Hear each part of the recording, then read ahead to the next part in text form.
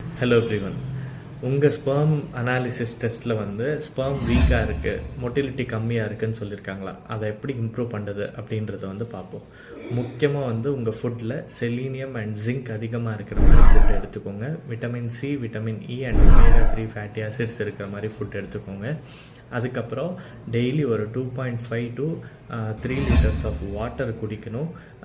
Then 6 to 8 hours of sleep எடுத்துக்கணும். அதுக்கப்புறம் வந்து டெய்லி ஒரு 30 to 40 minutes of physical activity கண்டிப்பாக பண்ணணும். அண்ட் ட்ரெஸ்ஸிங்ஸில் வந்து டைட்டாக இருக்கிற ஜீன்ஸ் பேண்ட் அண்ட் டைட்டாக இருக்கிற அண்டர்வேர்ஸ் வந்து யூஸ் பண்ணாதீங்க. உங்கள் லைஃப் ஸ்டைலில் மேனேஜ்மெண்ட் பண்ணிக்கோங்க, ஸ்ட்ரெஸ்ஸு குறைச்சிக்கோங்க. அதோடு சேர்ந்து ஆல்கஹால், சிகரெட்ஸ், வேறு ஏதாவது ஒரு ட்ரக் அடிக்ஷன்ஸ் இருந்தது அப்படின்னா அதை வந்து ஸ்டாப் பண்ணிக்கோங்க.